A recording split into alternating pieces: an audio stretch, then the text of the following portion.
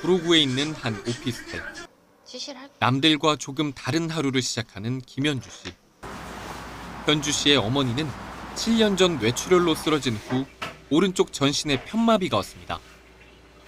생계를 위해 일을 해야 하는 아버지를 대신해 현주 씨 혼자 어머니의 돌봄을 온전히 감내하고 있습니다. 일어나서 먼저 하는 게 용변 보시고 제가 그거를 좀 치워드리고 침대에 누워 계시다 보니까 운동시켜드리는 게 제일 중요한 일과고요. 현주 씨와 같이 장애, 질병 등의 문제를 가진 가족을 돌보는 청년을 가족 돌봄 청년 또는 영케어러라고 하는데요. 2, 3년 때까지는 정말 사랑만으로 어떻게든 엄마를 살려내야 된다라는 그런 마음으로 돌봄을 했었는데 제 자신을 챙기지 못하고 계속 엄마와의 그 돌봄에서 헤어나올 수 없는 어떤 그 굴레들을 계속 살다 보니까 이게 당연히 지칠 수밖에 없더라고요. 하루 중 그녀에게 유일한 자유시간은 요양보호사가 오는 4시간. 그마저도 온전히 쉴 수 없습니다. 병원 하나를 가더라도 그런 장애인 콜택시를 이용할 수밖에 없는 휠체어를 못 실은다. 그리고 타는 속도가 너무 느리다. 뭐 이런 이유로 승차 거부를 많이 당했어요. 신청해놓고 좀 봐야 돼요. 이게 과연 빨리 배차가 될 것인지. 아, 그게 예약을 한다고 바로 오는 게 아니군요. 아니에요. 이게 복불복이고 그러니까 제가 핸드폰을 계속 보고 있을 수밖에 없어요. 당뇨 합병증으로 쓰러진 아버지를 13년째 간병하고 있는 조기현 씨. 그는 살려고 발버둥 치지만 냉혹한 현실에 매번 좌절했습니다.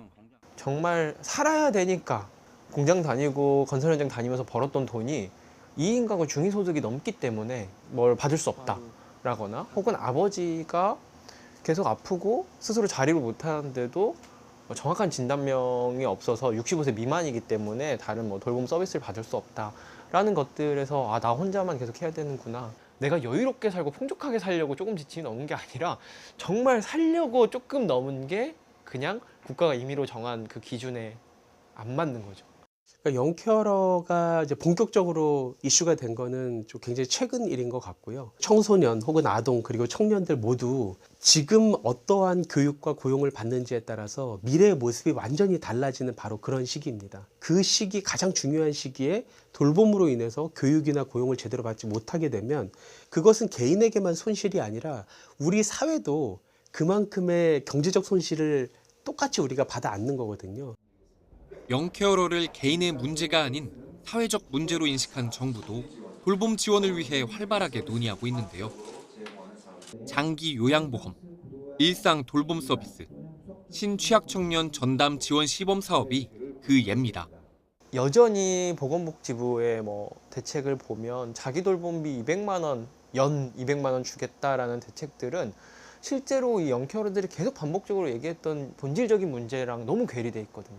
돌봄 서비스 시간이 좀 더 늘어나야 내가 풀타임으로 근무할 수 있을 것 같아요. 돌보는 사람이 갑자기 아플 때 내가 간병 안 하고 혹은 고액의 간병인을 안 쓰고 그냥 간호간병 통합 서비스 쓰고 싶어요. 중증이어도 치매가 있어도. 이런 요구들이 있는데 이런 요구들은 사실상 하나도 변한 게 없는 거죠.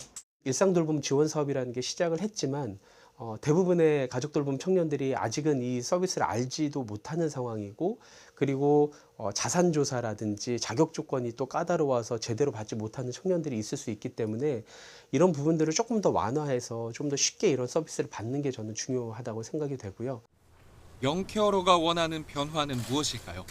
건강보험공단 찾아가서 뭐 신청하고 치매안심센터 찾아가서 뭐 신청하고 구청 찾아가서 주민센터 찾아가서 신청하는 게 아니라 일원화된 창구가 있었으면 좋겠어요.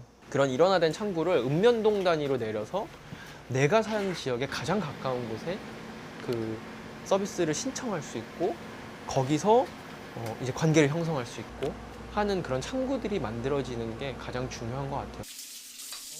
뭔가 상황에 맞게 돌봄 시간들이 나오는 것들이 아니라 공단이나 이런 그 지원 기관의 그 기준이 있잖아요. 그 기준에 맞춰서 하다 보니까 제가 필요한 시간 그리고 엄마가 돌봄이 필요한 시간 이런 것들이 다 충족이 되지 못하는 것 같아요. 돌봄을 하지 못했을 때 돌봄 공백을 좀 채워줄 수 있는 시스템들이 있었으면 좋겠어요.